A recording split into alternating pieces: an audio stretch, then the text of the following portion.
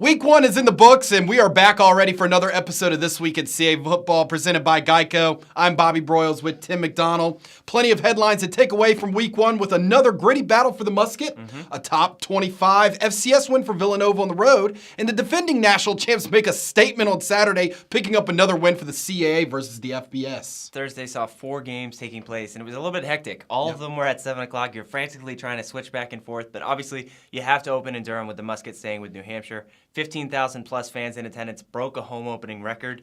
Thought both teams played hard and both teams played downhill, really wanted that one. But the story of the game came late in the fourth quarter as the UNH defense got forced on the field and had to answer the call and came through. Answered the call versus Maine quarterback Chris Ferguson and saved the day with 2 picks alone in that fourth quarter. Of course, it came down to that blocked to the missed extra point, I should say, for the musket. It always comes down to 1 or 2 plays in that contest. Other highlights included Delaware opening the Danny Rocco tenure with a win, 22-3 over Delaware State at home, 8-3 at halftime, I should say, before Deontay Cherry added some spark with 2 touchdowns. We saw that one where he leaped, it looked about 7 yards into the end zone, just strolled in. But the Hens allowed just 59 rush yards if you do take away something other than the score. I know Delaware fans, you just have to be happy to start 1-0 on Danny Rocco.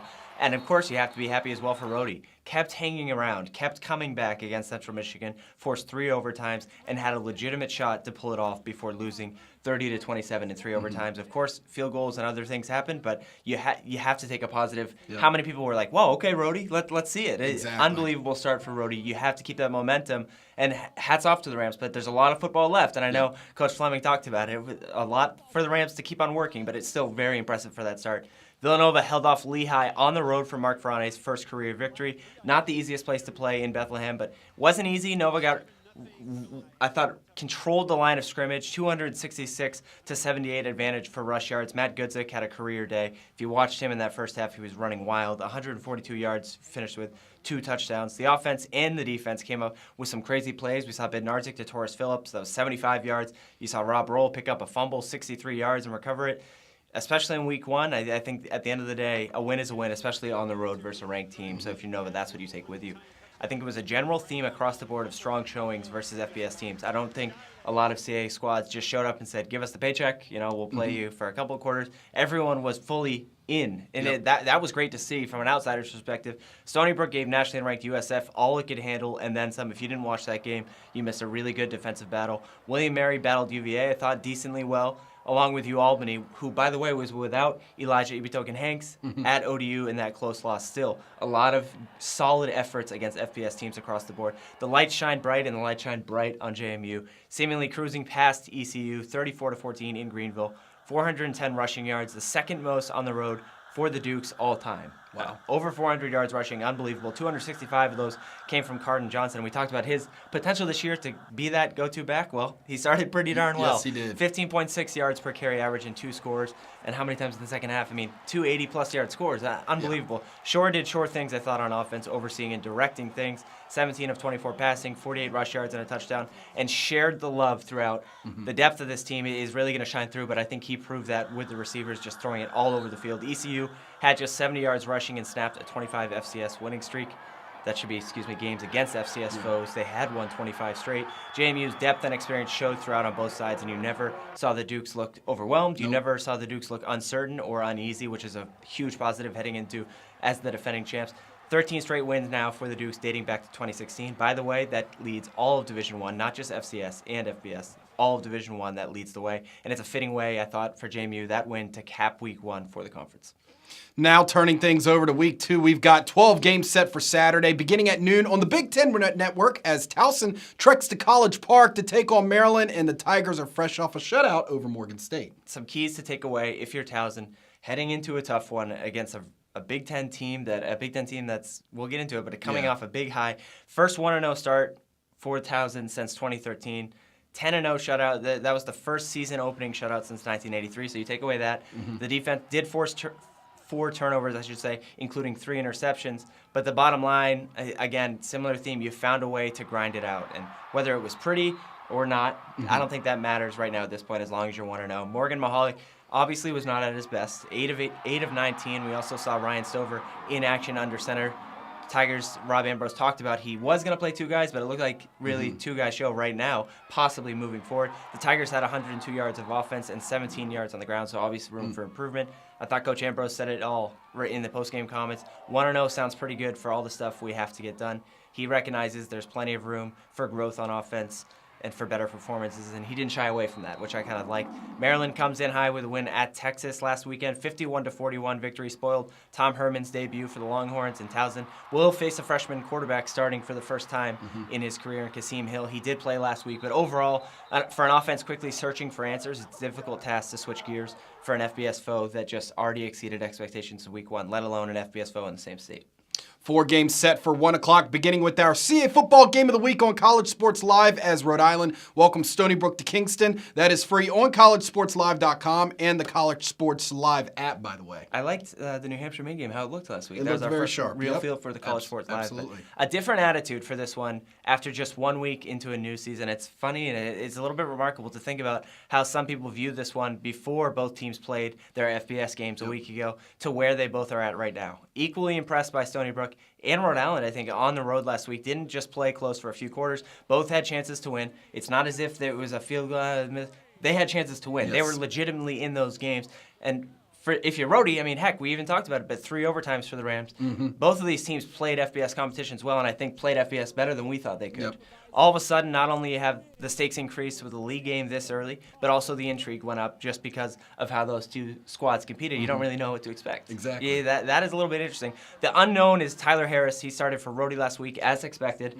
Finished with 284 passing yards and the most ever, by the way, for a Ram in his debut game. And 3 touchdowns. He's the 10th different Rams starting quarterback for Rhode, I should say, since 2010, to give you an idea of that, how important that quarterback position is and how Rhode has kind of filtered a couple of guys out through the years. The Rams battled throughout, and when you thought they were done, but I think the difference was, for me, a 2-for-5 effort inside the red zone, a 4 of 16 effort on 3rd down. At least for now, Harris proved to some extent he can be the guy under center. He did throw 6 picks. Yeah. I know you have to bring that up when a quarterback throws that many. But still, for him to show that fight and to have the Rams in that game late, I think it proved a lot of his teammates that he can be that guy.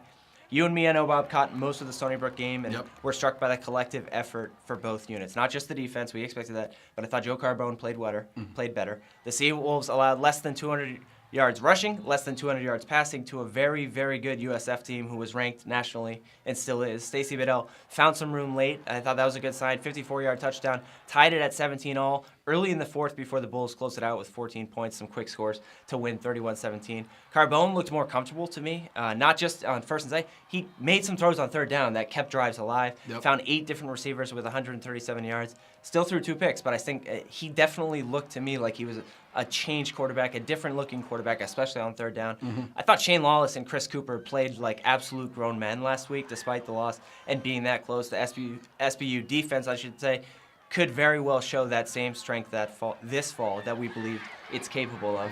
I mean, to do that against a USF team. Yes, very good offensive team. Very good offensive team.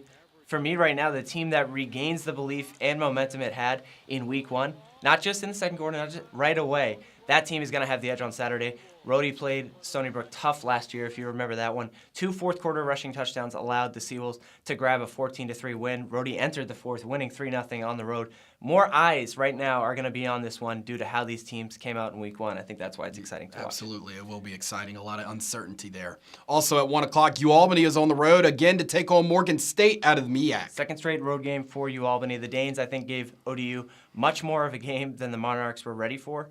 Freshman running back Carl Mofor had 99 yards on the ground. UAlbany stayed in it throughout. Even you see the look at the score and you're finding the updates and it's 24-3 and you're thinking, okay, I thought the Danes stayed in it. Midway through the 3rd, Nevin Sussman had a rushing touchdown off a great 13-play drive, I should say. A pick by Kareem Brown, and then a Mofor touchdown again, made it 24-17 before a late 55-yard touchdown for ODU sealed that 31-17 win. So you look at the scoreboard and you say, well, okay, it was still a pretty close game. Another strange game just on paper. The Danes outrushed the Monarchs 115-98 and held ODU to 285 total yards. That's what you hang your hat on if you're the Great Danes. To do that to an FBS team is still pretty impressive. And to change the page now to a Morgan State team this week, a team that we talked about earlier that had its share of offensive problems in that loss to Towson. Obviously didn't score any points. That's a good sign. But you always want to watch teams facing an FBS squad. You're starting a new year. You get all hype. You get excited. But then you have to transition and play an FCS team in non-conference play the next week. You always want to watch for that to see how they respond to the level of competition changing. Without Hanks, let's assume right now that Hanks doesn't play. He missed the game last week due to injury. I'm looking at Will Brunson to keep moving forward in the passing game. I thought he played well. I thought he played better, but there's still room for improvement. Mofor might even get more looks this week. And he also had 2 catches, by the way, for 29 yards. But flipping the switch from an ODU defeat for another road game is critical and will give us a better idea of what UAlbany is capable of this fall if they can take care of business away from home. The remaining FCS out-of-conference games last year for this team, if you remember, kept this team on its heels. I think proved this team we need to be ready week in and week out for the better, and it paid dividends before the heart of conference play started. I'm hoping for that same mantra again. On ESPN3, Elon continues its road swing to start the year, taking on Furman out of the SoCon. First of 2 games against the SoCon this week, and the Phoenix kept it relatively close, I thought, in the first half at Toledo. Trailed 19-7, which that's a good sign for the Phoenix, but 28 points allowed in the second half told the story the rest of the way in Kurt Cignetti's first game as a head coach. Obviously, I think it's a give and take. We talked about how good Toledo is, and they proved it, but it's a give and take when it comes to the numbers of production versus a solid FBS team. Elon had 2 freshman quarterbacks play. We talked about that, but combined to go for 3 of 13 with 1 interception. So you can only improve and hope that things move forward along with Jalen Green, Davis Cheek, whoever that guy is. You only hope for better production. And you saw some good signs on offense from freshman Braylon Cyphers, 69 yards and 1 score. And in total, across the board, 8 true freshmen played for the Phoenix in that game at Toledo. Furman is also looking to bounce back. Paladins out of the SoCon lost to number 11 Wofford on the road last week by 1 point. Went for the win with a 2-point play, and that was picked off with less than a minute to play. Sealed the deal on that one. A great opportunity for a new-look team against good competition suited to show us what kind of identity the Phoenix will have in 2017. Wrapping up the 1 o'clock kicks with Richmond looking to rebound as they take on Colgate in upstate New York. Tim, this contest last year came down to the wire. A lot of people don't forget that this was a home-and-home series. So this game is played at Colgate. Not just rebound, but rebound quickly the Spiders must do this week. After a roller coaster couple of weeks leading into that Sam Houston game. Colgate trailed 38-17 in the fourth quarter at Richmond last year. The Spiders kept them away, but they kept them away close. 38-31 was the final last year at home. The Raiders upset Cal Poly, who was nationally ranked, on the road 2 weeks ago. That was August 26th. An extra week to prepare after that 20-14 win. Remember, the Spiders were supposed to have an extra week to prepare because of the Sam Houston change. They do not have that extra days. The Spiders lost 48-34 to Sam Houston State in a game played at Baylor. The second half was completely different than the first. The defense only gave up 1 touchdown, but the offense couldn't get out of its hole that it made in the first half. You saw the return of Kyle Lauletta at quarterback. All he did was pass for a single-game Richmond record, 546 yards in that loss, and the new go-to targets, Cortrell Simpson and Deshaun Brissett, each average over 19 yards per catch. 56 pass attempts versus 33 run attempts. That told the story, and I was really surprised how Sam Houston State averaged a little bit more rush yards against Richmond. Colgate sets the tone, controlling the ball with the run attack. James Holland and Alex Matthews share the load, and the Spider D is going to have to adjust to a completely different style, a team that is okay with playing slow, not fast-paced. Allowed 7.4 yards per carry against the Bearcats last week and 272 yards on the ground, so that's something to watch. This Colgate team loves to run the ball and pound it. Watch for time of possession as well and red zone chances for Richmond. You have to capitalize with a team like Colgate that loves holding that underdog and undersized and overlooked role. That's what you have to keep an eye on if you're Richmond, especially on the road. I would keep an eye on this one. Moving to the 3:30 slot as Delaware hits the road to take on nationally ranked Virginia Tech. This one can be seen on ESPN3. The Blue Hens got past Delaware State in Newark, picking up the 8th win in the series in all 8 meetings since this first game started against Delaware State in 2007. It might not have been the perfect script, and it might not have been the sexiest script, but to start the Rocco era a win, that's great, to say the least. And you dominated the stat sheet. That's a good line. You took a little bit time to get going, but you finished with 226 rushing yards, 206 passing, almost 40 minutes in time of possession. A safety and 2 field goals made it 8-3 before Jode Walker made some plays, kept a couple of plays alive, and found Deontay Cherry, who provided both second-half touchdowns in the 22-3 win. Virginia Tech, on the other hand, beat West Virginia on Sunday and have one less day to prepare, but the home open slate with Delaware at a new number 18 ranking in the AP poll. Not a good sign for the Blue Hens, but still Walker did set a career high with 192 passing yards. Thomas Jefferson had 102 yards on the ground. Expect the offense to continue to try and find its ways, but it's a tall order to meet those progressions against another ranked FBS foe in their own backyard. We're kind of seeing that theme. Towson's having to play Maryland. It's across the board, these FBS games. You always hope it's going to set up, but it doesn't always work out that way. Well, I do have a not so fast, my friend. Let's hear Last it. time, Virginia Tech played at FedEx, 2010. Oh, was that when Boise they lost? State Lost to lost to Boise State. JMU Lost the to next JMU week. the next week. Good point. Had Good a call. less day All right. to prepare for the Dukes. That's a good less call. day to prepare for the Blue Hens Great for call. this one. Also on ESPN3 at 3:30, Villanova makes a short trip to the Link to take on Temple out of the American Athletic Conference. Keeping the theme rolling with tough FBS games, Nova enters Saturday. Following that road win at Lehigh, had plenty of highlight moments offensively and tight end. Ryan Bell was involved early and often and had a touchdown and had 78 yards. Zach Bednarczyk rushed for 72 yards and 1 score and passed for 209 and 2 TDs. The 5th renewal now of the Mayor's Cup Series. I was actually at the last meeting when Temple beat Nova in 2012. John Robertson's first snap as a Wildcat, so it goes to show you how much of a gap this has been for these two teams. But playing at the Link is obviously awesome. Yep. Temple comes off a 49-16 loss at Notre Dame and also has a first-year head coach in Jeff Collins. Right now, if you're Villanova, I think you look at giving up 406 passing yards, which is, I would say, uncharacteristic of a Nova team, but it's against a Lehigh team that's very pass-happy. Only allowed 2.7 rush yards and 78 total yards on the ground last week against Lehigh. That is good news because Temple traditionally is a run-first squad. Gudzik and Aaron Forms, I thought, contributed well last week and will need to come up big in order to pull off the upset. It's a perfect chance for, on defense especially, for guys like Jeff Steeb, Ed Shockley, Malik Reeves to answer quickly from playing more snaps than they thought they were going to a week ago. Really intriguing game because that Philly attitude and that Philly, it really does mean a lot. And we finished the 3:30 game times with Maine's home opener versus Bryant. This game can be seen on Fox College Sports. Black Bears left it all and then some in the seasoning opening loss at UNH. Missed extra point and missed chances, especially on offense late, were the answers in defeat. And I thought Chris Ferguson, for a guy making his first start, I thought he played very well. Even with 239 yards and 3 touchdowns, you still felt like there was even more room for growth a couple of times, missing his receivers. But still, that's a positive sign if you're the Black Bears. Many times we harped on the importance of that opener versus a rival and the impact of a win versus the impact of a loss. It's time to show, like last year, that they can move on and get back home with a win. They've been in this position before. Remember, Maine started 0-3 last year and bounced back. I still think, you look at Josh Mack, took about every rush attempt just about last week, 27 rushes for 103 yards. He played a huge role in the comeback win over Bryant last year. That was also at home. He had a breakout game, if you remember that one, 3 touchdowns, scored the late touchdown. Maine comes back and kind of saves their year early. You bet the Black Bears will be ready to go right away this time. Bryant scored 29 fourth-quarter points to steal a win over a Division II team in Merrimack last week, and that was at home for Bryant, 49-41. So you know Bryant can put up some points, but Ferguson looks like the starter for Maine moving along, and he should get plenty of opportunities to keep showing that this week in his first home start before the schedule starts to get nasty for the Black Bears down the road. 3 6 o'clock contests wrap up week 2. First with JMU unveiling its national championship banner Saturday with the home opener versus East Tennessee State. This game can be seen on Comcast Sportsnet Mid-Atlantic Plus. A tale of 2 opening wins for 2 programs a week ago. The Dukes, of course, take care of ECU on the road if you live under a rock and you didn't hear that one. Moving to 2-0 all-time against the American Athletic Conference with the 34-14 win. ETSU out of the SoCon played a home game for the first time since 2003. This is a program, if you haven't heard, this is a program that was reinstated in 2015, returned to FCS officially last season. ETSU defeated Limestone last week 31-10, so really 2 completely different opponents for these teams playing.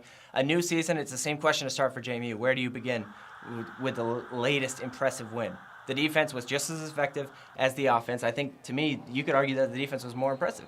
372 yards allowed, 3 interceptions, and a fumble recovery helped shape things. Kyrie Hawkins, CAA Football Defensive Player of the Week. Jimmy Moreland never backed down in that secondary, finishing with 13 and 11 tackles, and you still felt like that side of the ball had more to prove, which is crazy. We know how well JMU plays at home. We now throw in the national title celebration, now throw in coming back to Bridgeforth for the first time in 2017. Expect Cardin Johnson and Marcus Marshall to get a lot of work in the backfield and the offense to keep sharpening all of its new pieces. No time to mess around this early in the year. The Tribe remain on the road this Saturday, but will be heading the opposite way on I-64 as they make the short trip to Norfolk State. You're always so good with the maps. I'm still learning from I try to use the geography once in a while. Throw out the 28-10 final score against UVA. It was closer than it looked. And 14-0 at half. I know UVA scored a touchdown right before half on a 4th down play, but followed by 21-10 midway through the 4th quarter. But the offense, I think, ultimately at the end of the day, struggled to keep the pace up, struggled to match that intensity. Tommy McKee earned the start at quarterback, the first of his career, by the way, and led the team with 89 rushing yards and the only offensive touchdown. Kind of sparked them a little bit, but still you hope for some progression against completely different teams moving forward. Wayne Mary went just 1 for 11 on third down and had 162 rushing yards, actually more rushing yards than UVA. But tougher news on Tuesday was that Devontae Dedmon is out indefinitely right now, whatever indefinitely means, with a broken wrist. Answers needed quickly on offense this week versus Norfolk State. The Spartans out of the MEAC lost to Virginia State last week 14-10. That was an upset, but the defense, I thought, for Wayne Mary stepped up in that UVA loss and kept them in that game, allowing just 92 rush yards. A few big plays in the passing game that won, especially before halftime, made it 14-0 on a 4th and 12 play. 35-10 home win last season over Norfolk State. Saw the Tribe roll up 277 rushing yards. Expect the same type of game plan Saturday night for an offense. Right now, without Devontae Dedmon seeking new leaders right away, that run game is going to be huge. And week 2 concludes down south as New Hampshire visits Georgia Southern out of the Sun Belt. We touched on it before, but there is some brief history between these two teams. Yes, indeed there is. And New Hampshire started this 13-year playoff run back in 2004 with a visit to then FCS member Georgia Southern. Ricky Santos and crew upset the Eagles in that first round in really a shocking game because Georgia Southern was so heavily favored. But GSU went back to its triple option-esque, and I call it a triple option-esque because it's a little bit of pistol, it's a little bit straight option, traditional. In the offseason, they switched to that offense, and always a challenge for any team to face, let alone you're playing an FBS team. So, of course, you have to play sound defense. I bet a lot of times this week, extra prep was spent just focusing. You never face an option team, so to have to go through that. The Eagles lost at Auburn on Saturday, 41-7, and had just 78 yards of total offense. New Hampshire is going to be tested against the run more than ever. Gave up 113 versus Maine in 31 attempts. I thought played better in the second half against Josh Mack and crew. Evan Gray and Trevor Knight paced the rush attack for the Wildcat offense with 74 and 79 yards, and Knight is going deeply to have to rely on Malik Love, Neil O'Connor, and Rory Donovan to make plays downfield if New Hampshire wants a chance. A great game to watch if you love contrasting styles because New Hampshire in that tempo and then Georgia Southern trying to move the ball slowly and get long, sustaining drives. Interested to see if UNH can, if that offense decides to speed up or slow down in terms of tempo. Absolutely nothing to lose right now if you're New Hampshire. You started 1-0 in conference play. That was a key win last weekend. And you have to hope for a complete team effort on defense in order to slow down the option-heavy GSU offense, first and foremost, before worrying about scoring points.